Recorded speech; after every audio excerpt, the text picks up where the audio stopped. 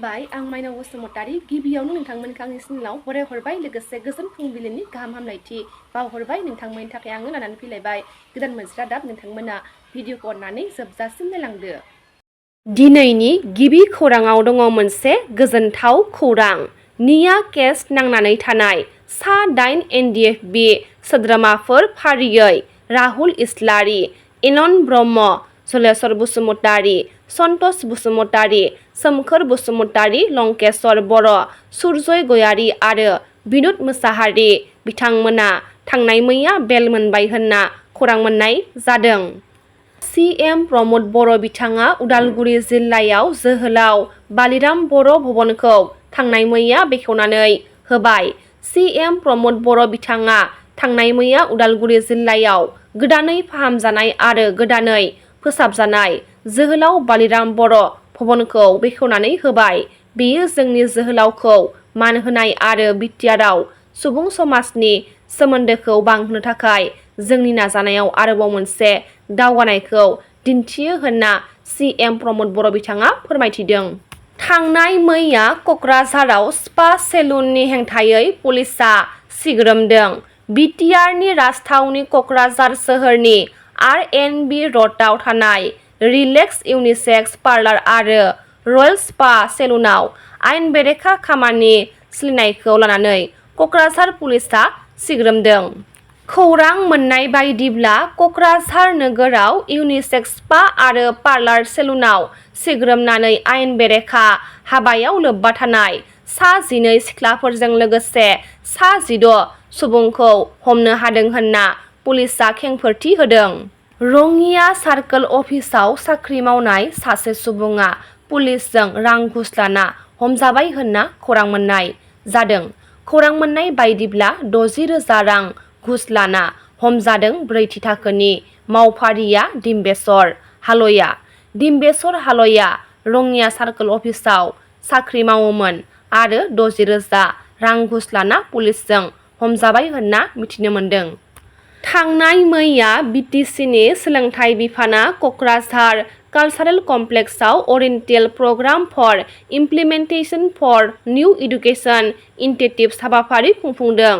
आसामनि गिबि मन्थ्रि बिथां डक्टर हिमन्त बिश्व शर्मा बिथाङा थांनाय मैया मिशन बिटिआर हाबाफारि लानानै तामुलपुर जिल्लायाव दावबायदों।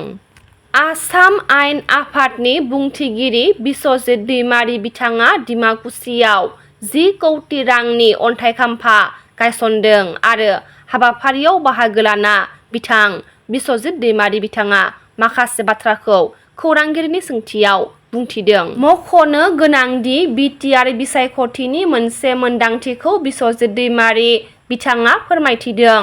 रायजोआ होयोब्ला VCDCनि बिबान लानाबो रायजोनि खामानिखौ मावनांगोन। दासिम फैबाय थानाय बिटिआर बिसायख'थियाव गाव गेलेगोनखौ खुगा बेखेवाखै आयेन आफादनि बुंथिगिरि बिश्वजित दैमारी बिथाङा। थांनाय मैया धेमाजि जिल्लानि सिङाव थानाय डिमु जिपिआव दुंहाव थासारि सोमजिदों। धेमाजि जिल्लानि सिङाव थानाय डिमु जिपिआव समायखिरा लानो थांनाय माखासे मेम्बारफोरखौ ओनसोलनि माखासे दुथांफोरा हाबनो होआखै होनना खौरां बिबुंथिनि गेजेरजों बुंथिनायखौ नुनो मोननाय जादों। बेनि सायाव रायजोफोरा खौरां बिजोंनि गेजेरजों माखासे गोख्रों बाथ्राखौ फोरमायथिदों। उदालगुरि जिल्लानि बड'लेण्ड CM कापनि फाइनाल बादायलायनायाव CM प्रमद बर' बिथाङा बाहागो लादों। थांनाय मैया बड'लेण्ड CM काप 2025 नि थाखाय जिल्ला थाखोनि बादायलायनायाव उदालगुरि जिल्लानि बड'लेण्ड CM काप फाइनाल बादायलायनायाव CM प्रमद बर' बिथांनि आगान। CM प्रमद बर' बिथाङा बुंदोंदि जोंनि लाइमोन जोलुर गेलेगिरिफोरनि गोथां गोहो रोंग'थि आरो थिरांथाया थारैनो फोथारनि सिङाव आरो बायजोआव बड'लेण्डनि थाद'नो हायै गोसोखौ दिन्थियो होननानै। 13 नं सिडली चिरां बियाबनि बामोनगाव गेवलां गेलेग्रा फोथाराव बिटिआर सोरखारनि beneficiary meat and socio' economic awareness हाबाफारिया सोलिगासिनो दङ।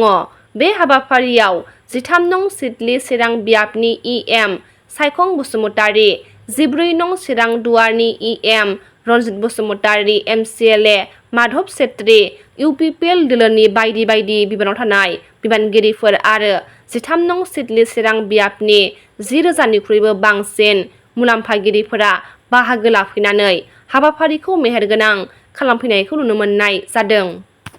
गसाइगाव महकुमानि एबा जमदुवार बियाबनि सिङाव थानाय गावसुलका आदिबासी गामियाव रायजो राजाफोरनि जेंनाखौ नुनानै फिन गंसे खालभार बानायनानै होदों राहुल नार्जारिया, जाय गामिया दिनैसिम सोरखारारि बिथांखिनिफ्राय गोजान जानानै दङ आरो जाय गामिफोराव सोरखारि दैदेनगिरिफोरा खौरां लाहैयाखै।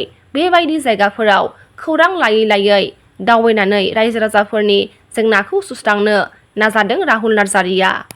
बासुगावनि गग्लापारायाव गासै सा 54 इ-रिक्सा सालायगिरिफोर, बासुगावनि रेलवे स्टेशन कल'नियाव गासै सा 26 आरो बासुगावनि बिजयनगर बदयागुरियाव गासै सा 40निबो बांसिन EM सायखं बसुमतारीजों जयनिं जाफैदों। बिखुं फारसे ट्रेक्टरनि सावगारिजों लोगोसे UPPL लिरनाय मोखांथिं दङ CM प्रमद बर' आरो 13 नं सिडली बियाबनि EM सायखं बसुमतारीनि सावगारिनि स्पर्टिं गस्ला। चिरां जिल्लानि 13 नं सिडली बियाबनि सिङाव थानाय बासुगाव ओनसोलनि एबा बासुगाव बाजाराव इ-रिक्सा सालायगिरिफोरनि मोनसे जयनिं हाबाफारिया जोबनानै थांबाय।